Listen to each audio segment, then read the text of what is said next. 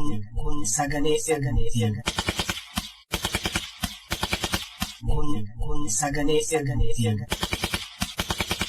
Dhaggeeffattoota keenyaa kabajamoo akkam jirtu? Kun qophii sagalee erbuutiin. Qophiin sagalee erbuu har'aa maal irratti akka xiyyeeffattu isin beeksifnaa nu faana tura. Humni shiftaa of ijaaree afaan dhadhaa dibatee ummataaf addatti wareegama qeerroo fi qarree nyaate. Wareegama keessaniin as geenye akkuma hin jedhin har'a qeerroo fi qarree dhabamsiisuudhaaf darbees qabsoo Oromoo guutummaatti cabsuuf itti dabalees woboos isa yeroo dhumaadhaaf dhabamsiisuuf duula bifa adda addaa gaggeessaa jiraachuu ummatoonni taajjabaa fi raajii addunyaa kanaa argaa jiran. Humni shiftaa Abiy seenaa biyya Itoophiyaa jedhamtu keessatti akkuma moototii Itoophiyaa yeroo 4f Oromoo gawwamse yeroo 5ffaaf gawwamsee diinaaf dabarsee kennuuf abbalaa jira. Har'a badii seenaan dhiifama namaa hin goone kan raawwataa jiran woboo dhabamsiisuudhaaf ummata jumlaadhaan fixaa, hidhaa fi hiraarsaa jiraachuu isaaniiti. Woboo dhabamsiifnaatti ummata Oromoo guyyaa fi galgala miidhaa jiran. Woboo rukuchuuf qeerroo hidhuu, miseensotaa fi deeggartoota abaaboo dhabamsiisuu fi hidhuu, dhumarratti woboo quunnamtii dhabsiisanii of harka galchuuf shirri gaggeessan dameensaa hedduudha. Godina Gujii Shawaa giddu galeessaa keessatti hammeenya ulfaataa raawwataa jiran. Har'aaf qophii sagalee erbuu keessatti kan Oromiyaa dhihaa jiraattonni dubbachuuf jiru hanga xumuraatti nu faana tura. Nurrafe garaan narrafitu diina keerraa roorriftu akkamiin lammeetti jallisee horataan kan booree qabu kormatu lagaa bookkisa lafti yoo bareede minnisa hantuuta lubbuudhaan jirtu boofatu jira liqimsa diinni haqa keenya dheedhimsa. Dandeenyu hundeen buqqifnaa yoo ditte ilmootti guddifna diina buqqisuudhuma qabnaa. Dhaggeeffattoota keenyaa akkuma duratti isiniif ibsinee miidhaan guutummaa Oromiyaa keessatti addatti immoo qophii har'aa keessatti kan dhiyeessinu kan Oromiyaa dhihaa waraanni humna faashistii Abiyyi dhaqqabsiisaa jiru. Jiraattota keessaa nama lama haasofsiifnee jirra. Sirni faashistii Abiyyi Oromiyaa dhiyaa keessatti badii dhaqqabsiisaa jiru salphaatti kan ilaalamu miti. Shamarree ganna 18 ulfa taate raayyaa waraanaa qabeenya qotee bulaa gubaa fi mancaasaa jiru baqachuudhaan jiraattota biroo waliin baqattee bosona geessee akka deessee miidiyaalee garaa garaarraa argitaniittu hubattaniittu nutis qophii sagalee erbuu keessatti dhiyeessinee turre. Har'a ammoo shamarree waggaa 18 kana bilbilaan arganee haasofsiifnee jirra. Mee caqasaa. Himboinaa yaamaatii barattoota himboinaa maatii wareegamtoota kuni daakuu rasaasaan godaansa nume kanumaa feetu gumaasaanii baasa falme. Kayo jalan keenya barana shakkiin qabu galmaan keenya. Itti muddi.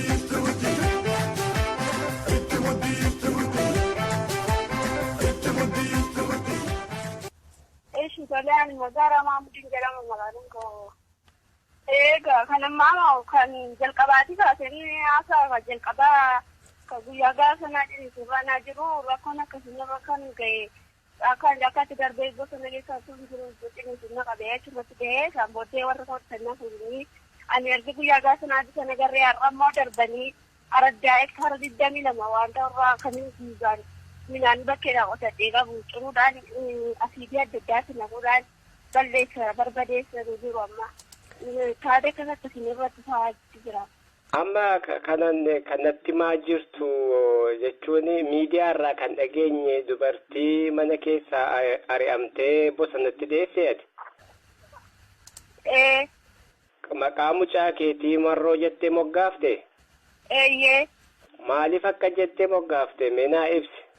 Sababiin isaanitti nagas jedheefi kunoo taateen isaan immoo abaa'oo qallabde jedhaniitu dhufanii lubbuun isaa wareeguuf isaafis deemaatti jiru waan ta'eef taatee kana wanti natti jedhee mokkaasee fi sadarkaa argaa mana guggubanii maal jedhanii raatanii alatti waan nu baari'atanii baqaamaarree kan gaara keessatti beekame gaara keessatti dhale waan ta'eef kanaaf natti jedhee moggaasisa warre.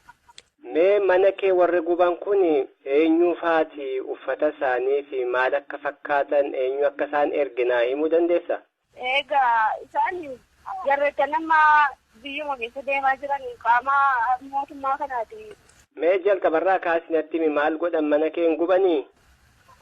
Hin gubanii barbadeessan qabeenyaa kan qabeenyaa hunduma kan waan jiru tokko nambisne uffata ta'an gandaa qaanga maalitti badaa barbadeessanii an lubbuu koo guddaan akka taate lubbuu makootiin bakka atuman deemuun guyyaa gaasanaa jedhamtu kan sababiin jiruufi gaara keessatti sababiin da'eessan. Amma mucaan kee lubbuun jiraa? Maalli gaara keessatti sun deemuun da'e kamarree namni bira jiraa warra koo silkii isaaniitiin barbaadee waan madhee dhufanii fudhatan galan lubbuu koorra naafi malee waan hin hafne miti guyyaa gaasana. Abbaan warraa kee hoo? Isa erga guyyaa gaasana biraa ba'ee sarara keessa deema argaa miti. Haa ta'u bakkuma inni jiru iyyuu hin beektu jechuudha. Eegaa qaama waan hin argee miti garuu waa qilleensarra kuma kanatti nan dhagaa kan sagaleessa malee eessi jiraa isaa hin beekne ammarraati. Mee kan biraa hoo miidhaan uummatarra gahaa jiru maal fakkaata? Miidhaan uummatarra gaharu dirqiidhaan rasaasaan doorsisanii uummata walga'ii jedhanii yaasanii dirqiidhaan kan hojii isaa hojjetatus yeroo ammaa malee yeroo hojiitu waan ta'eef oomisha aree alaa qabu malee kan mana keessaa hin taane dirqiidhaan uummata rasaasaan yaasanii raatanii hojiirra dhaabanii jiru qaba. Mootummaan kun uummataaf hin dhaabbadhe jedhaa miti maaliif akkas godhatte yaaddaati? Egaa akkas ture kamiyyoo ta'e namni rabbii gaditti kan nyaatee jiraatu minaani waan ta'eef namni kamiyyoo ta'e meeshaa dhaalu dhukaasi dhaalu immoo waan ta'eedhaaf akka kanatti uummata dararaaru mandara keessa deddeemanii illee. Ati amma akkamittiin jiraachaa jirta reeti? Bakka iddoo biyyaa gaafa duraanii dinqiifni waa akkasiin narra ga'eeti warra kan kootu isheen fuudhee amma angulaarraatti isaan bitteeraan iyyuu sadarkaa beelaatiif amma sissiiyyuu sababii isaan kana balleessanii jiraniif amma ammaatti dararamaan jirra malee maatii caalmaa gara dandeelloo kanaatti gara amma gara godaa sanatti fi achitti gadhaqanii gara canqoo jedhamu kanatti ga'anii iddoo sanatti taatee adda addaa dhimma tumuudhaanii yeroo adda addaa kana qabanii dirqiidhaan tumuudhaanii sakaan madeessuudhaanii sakaan immoo godaatee adda addaa irraan gagga'anii jijjiirama yoonaatti illee. Mee amma uummata Oromoodhaaf dhaamsa maalii dabarsitaa rakkoo achi jiru kana uummatni akkasiniif birmatu sagalee keessan akkasiniif dhageessisu maal mee waamicha maalii gootaaf? Wanti nan godhu kunoo konkolaataa rakkoo hanga ammaatti kamiyyoo ta'e namni mana malee hin jiraatu mana erga barbadeessanii nankoo alatti faffaca'anii jirra waan ta'eef akkasittii fi bakka mooseerri fi rabbinis waan dadhabu waan ta'eef immoo dhaabbataa waan tokko nu ta'ee ta'u jedhee tanka. Haa ta'u kan biraa waan dubbattu jira?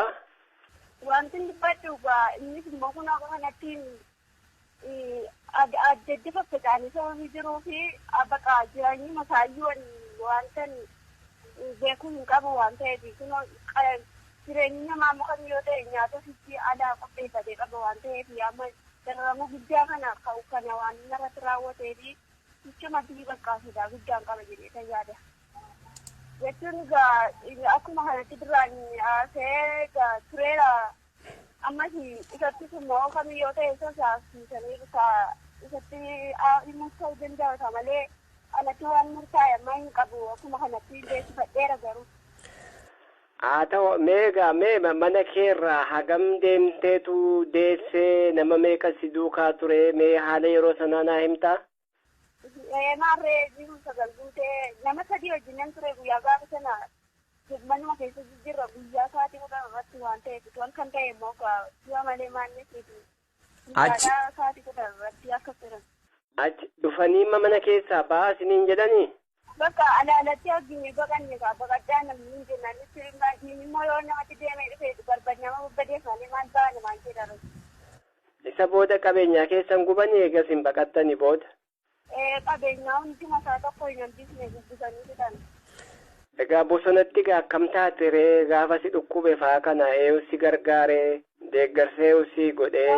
Gaafa nagaa kamiyyoo ta'e namni akkuma namni nama wajjin jiraatu nama wajjin jira waan ta'eef mucaa tokko wajjin kuma jiru bakka xiniinsi kanaan giddiitti bosona keessatti man deemuu mucattiin bilgaa harkuma isaatiin na turuu faanaan haxee mucattiin nama naa waan ta'e silkii isaatiin kan isaa sammuu keessaa beeka kan isaatiin dawwallee lafa jiru xinni dhufee nama barbaadee guyyaa gaafa naa maatii isaatti namni dhadhaamee maatiin qophanitti na fidan galan erga guyyaa gaafa naati warra keenya rakkisaan jiran bira taa'e. Haa ta'u gaamee nuti saga dandeenyetti sagalee kee kanaa uummata dhageessisuu iyyaallaa waan ati keessa darbaa jirtu kun immoo ulfaataadha. Jabaadhu siin jenna akka dhala Oromoo tokkotti waan amma sa'aatii kanatti Oromoo irra gahaa jiru kun waan salphaa miti. Jabaadhu siin jenna waan haaraan yoo jiraate garuu bilbiluma kanaan siin geenya. Umriin kee meeqadhaati? Umriin koo waggaa 18. Waan si bilbilee tole jettee waan si gaaffeef immoo deebii waan naa laatteef guddaan si galateeffadha. Eeshi tolee ulfaataa fi sammayii taanaan gara fuulduraattis kabajaan ulfinaan hirmaachuu bakka gabaafadha. Haa ta'u jabaadhu kun hundumtuu numa darbaa. Buzoneero ba'ee numaafuun sodaachisaa reebuzoneero. Buzoneero ba'ee buzoneero. Sonako yaa sonako. Alaan soneessa oolaa irri yaadde sayoonaa hadhiirroon taate sayoona. Sonako dukkaana deema malee waraabu kopheen qabu cabseetu deema malee leenci gaachana qabu. Sonako useeta dhiisa malee beekaan callisa malee minaa wajjin garaan fayyaa nan qabu jetti. Kadhu galan. Sonako qawwee rasaasan qabne hamma ulee qophooti sabni gamtaa hin qabne hamma nama tokkooti. Yaa gala gurbaa. Sonako kormii qotiisa didee gaara keessa bokkisa saba tokkummaa hin qabne karaa deemtu doorsisa jedhe. Sonako alagaa ilkaan adii alangaan isaa sadi yaa adurree dheeraan dagamaa yaabdeen qophorini bajji yaa asumee kaleessummootee ilma dhiiraan qocholini lakki ilmi dhiiraa daggalaa turees bulees ni galaa reebusonee. Dhaggeeffattoota keenyaa miidhaan qaqqabsiifamaa jiru kan walirraa fagoo miti. Kaayyoonsaa inni dhumaa qabsoo uummata Oromoo dhabamsiisuudha. Godinaa dhihaa kana keessatti miidhaa maalii qaqqabsiisaa jiran? Jiraattota keessaa kanaa sossiifne ammoo toora lammaffaarratti argama.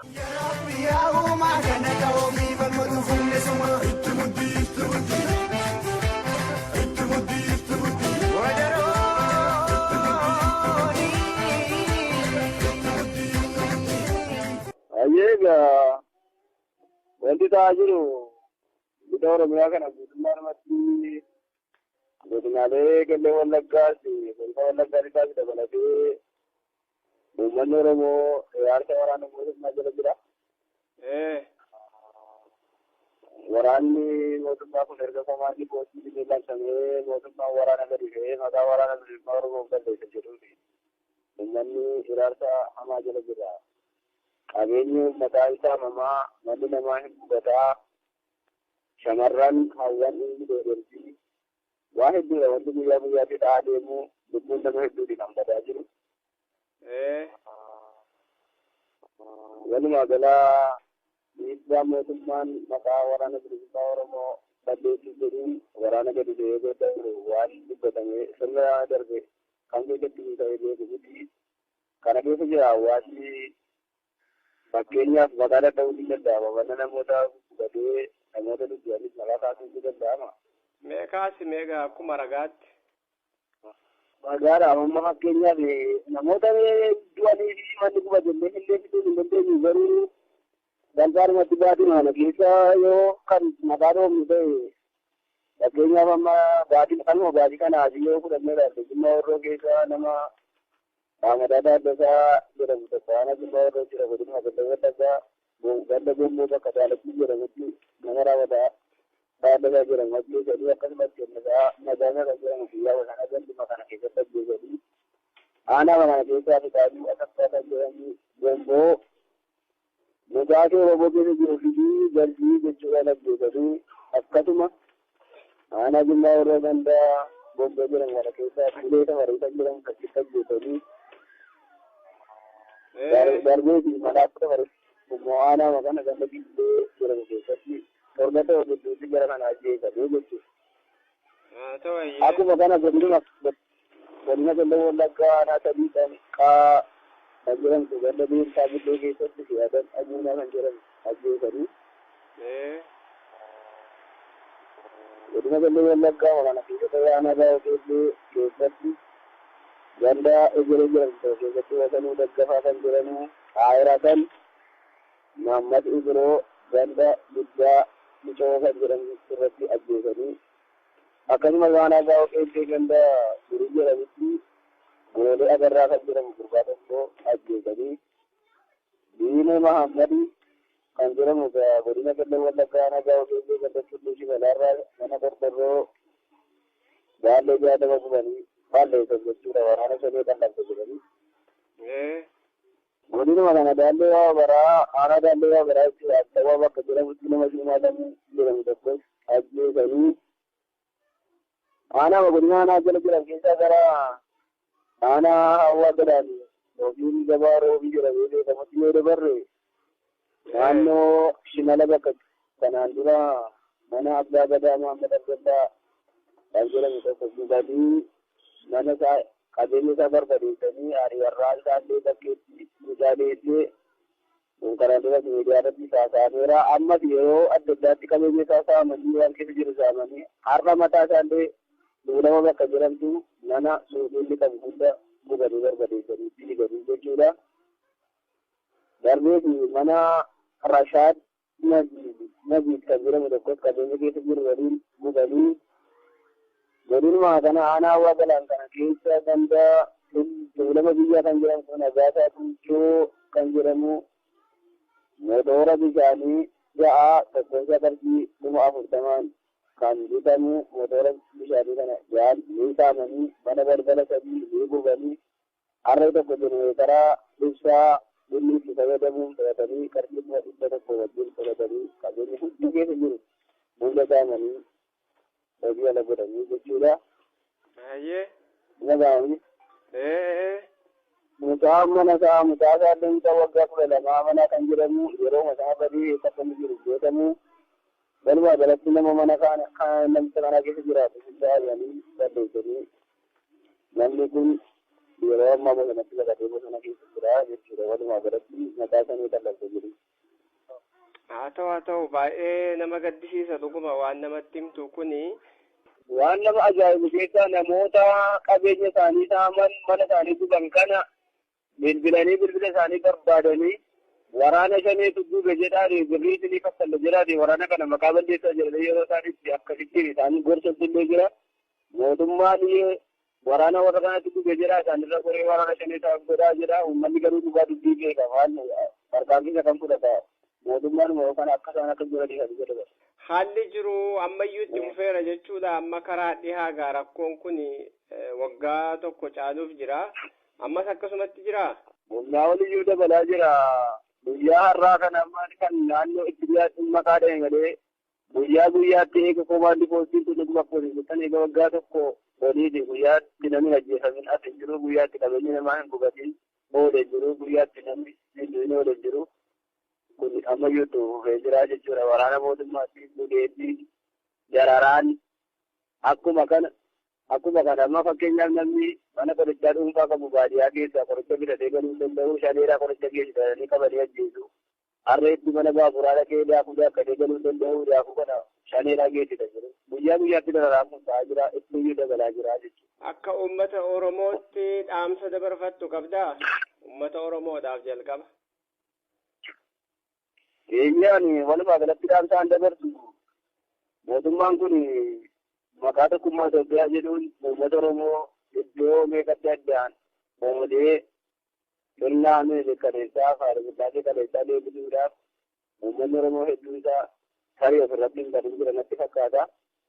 Ololaa warri miidiyaarraa warri biyya bulchan kun afaan damma godhanii haasa'an kanaan sababee tokkummaa isaa diiguu dhiisee tokkummaa isaa jabeeffatee qabsoo karaa nagaa jedhamu mallattoota amma argaa jirra. Qabsoo karaa nagaa gaggeeffama ta'ee mootummaan waraana fe'ee uummata kana guyyaa guyyaan ajjeesu ture.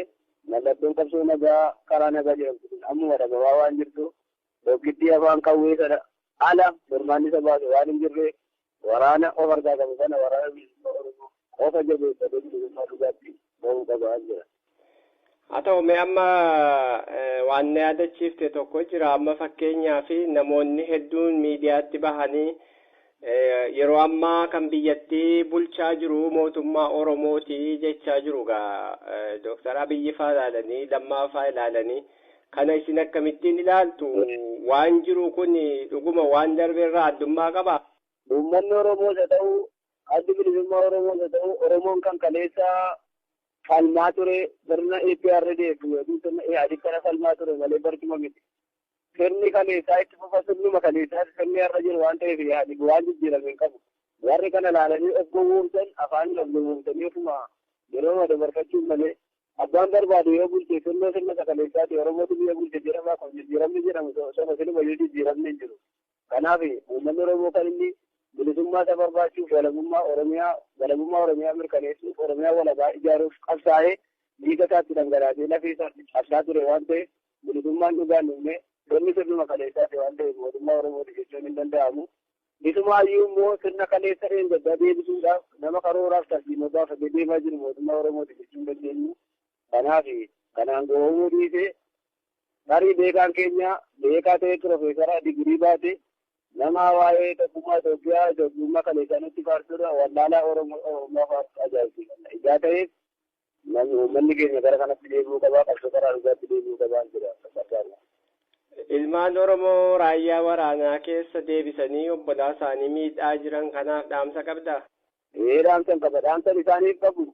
Bor waraanni kun ilmaan uummata kanaati. Uummata kana keessaa bahe yoo ta'e yoo dhuguma duudhaaf aadaa Oromoo beeka ta'e naanna'ee hawaasa kanatti galuu ijaa danda'u achitti waan hin hamneef har'a sanatti yaadee mana isaa eeganii uummata kana gara uummata kanaatti deebi'uu qaba. Uummata isaa, haadha isaa, abbaa isaa, ilmaan isaa, obbolaa isaa ajjeesuu irra jiru. Oromoon maaliif Oromoo akka ta'e Oromummaa isaa beekuu qaba. Aadaansa farbannaamaa fi bornaanna'ee galmee seenarraa wanti hin dabne tokkoon godinaalee jiranii keessa ijoolleen waraana Oromoo ta'anii waraana mootummaa Itoophiyaa keessa jiran beektaa akka isaan dhaqan beekamaadha waan ta'eef waraanni har'a gadi yaa'ee ilmaan Oromoo kana ajjeesu isaanuma ijaa ta'e kana ofirratti yaadanii har'a hojii hojjechuu qaban hojjechuutu irra jira gara uummata kanaatti deebi'uu qabu jira. Egaa akka waliigalaatti mee amma godinni dhiyaa Oromiyaa fi godinni kibba Oromiyaa Gujiifaa kun amma koomaandi poostii jala jira. Hojiin mootummaa hawaasummaa tajaajilu jira jettu? Hojiin mootummaa maaliitu jira? Hojiin mootummaa wanti jedhamu gonkumaa waan jiru miti. Guyyaa guyyaatti uummata hojjettoota walitti qabanii ofumaa waltumaa ooluu walgahii taa'aa jirti. Adunyaaleedha kanarra oolu hojiin mootummaa wanti jiru godinaadha keessa waan ta'eef nama yaalaas hin jiru. Durii waan akka ambulaansii kun deddeemtee baadiyyaa kana keessa deddeemtee waa mootii kana fuutee kunuunsa seera hundi hojii mootummaati wanti jedhamu gonkumaa jiru. Danda'amaa caasaan mootummaa diigameera fayyaafisa. Haa ta'u gaamee akka waliigalaatti waanuma yoo gurra qabaatanii fi warra mootummaa biyya bulchina ofiin jedhan kanaan waan jettu jira? Yoo inni agaruu ta'eef wanti ittiin namni jiru tarii kan mataa isaan dhukkubsee yeroo baay'ee kan isaan kaasan waa'ee waraana bilisummaa Oromoo gosa tattafeeti. Waraanni bilisummaa Oromoo tuufii nama ajjeesuu hin qabu. Silasi gaaffii Oromoon gaafatee deebii kan argatu yoo ta'e waraanni kunis waraanni kamiyyuu walii galuu danda'a. Kanaaf gaaffii Oromoon abbaa biyyummaa isaa mirkaneessuuf gaafatee tokko lama jedhee gattaa'ee uummata dhaggeeffatee deebii kennuu qaba. Kanarraa ala kan inni afaan qabuutiin uummata kanan jilbeenfachiisa jedhee ofuma asii gadi kan deemu yoo ta'e gonkumaayyuu furmaata hin ta'u badiisa kanarraa kalaqaa deemaa jira. Kanaaf uummata dhaggeeffatanii gaaffiin uummataa maa inni jedhanii tasgabbaa'anii gaaffii uummata Oromoo gaafate kana deebii kennuu qaba. Mootummaan isa kana haa ta'u gaa ammati bakka jirtu Finfinnee irraa hagam fagaata amma? Kiiloomeetirii 650 ta'a. Haa ta'u fayyaa ta'e egaa baay'ee si galateeffadhaa. Guyyaan kun hin darbaa jabaadhaa. Bilisummaan wareegamuma kana gaafatti wareegamuma kana immoo kenninee keessaa bahuunis dirqamaa jabaadhaa gaa fayyaa ta'a. Baay'ee dinagdee fayyaa ta'a yeroo jaalala guyyaa guyyaatti hin barreessina wanta adeemu waa jira wanta nuyi itti goonuu yoo namaa kanas dubbisa kanuma gara. Haa ta'u ani isin deebi'ee isin dubbisa. Haa ta'u. Wadaroo gootota Oromoo mukatti fannisee rasaasni gootota Oromoo karaatti hambisee wadaroo.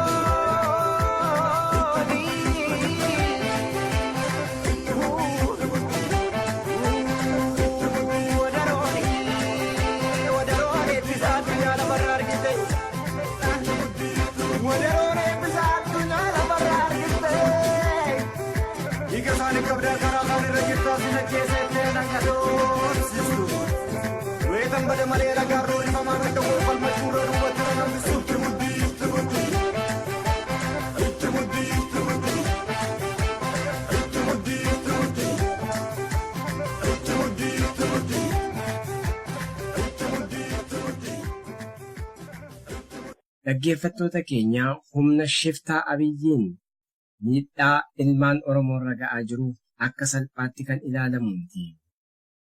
Arrabni dhadhaa dibate sun waggaa tokkotti miidhaa akkasii dhaqqabsiisu jalqabeera. Egereen mul'ataa jirus waan karaa nagaa jedhamee guutummaattuu ofiin cufanii akkaataa itti ofiin akka isaaniif tolutti gaggeeffachuuf deemuuf jiraachuu argaa jirra. Keessattuu qabsoo Oromoo irratti shirri shiramaa jiru qabsoo Oromoo ABO'n dorfamu diiguudhaaf hangafoota hammeenyaa gama ilmaan Oromoonis raawwatamaa jiru salphaa miti. Kanarratti gara fuula duraatti qophiilee adda addaa dhiyeessuun keenya hin hafu.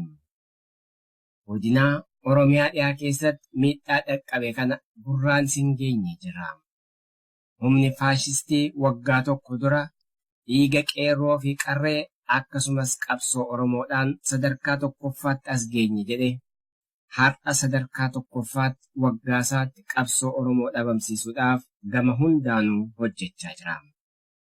Kuni ammoo haqa dura dhaabbachuu waan ta'eef haqa injifachuun hin danda'amu. Qabsoon Oromoo miidhaa mana gubuu, maanguddoota, beerran mana waliin gubuu, daa'imman ajjeesuu, haadha ulfaa ajjeesanii mucaarra teessisuu kanneen kana fakkaatan dhaqqabus qabsoon uummata Oromoo kan duubatti deebi'uus miti. Wadaroo gootota Oromoo mukatti fannisee rasaasni gootota Oromoo karaatti hambisee wadaroo.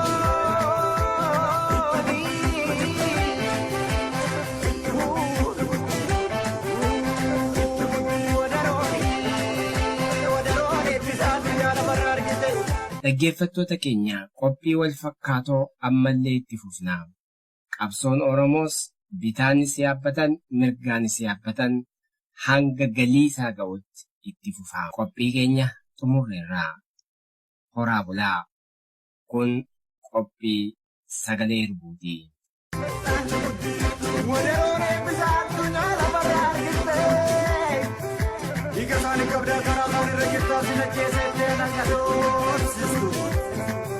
Bada mareera garuu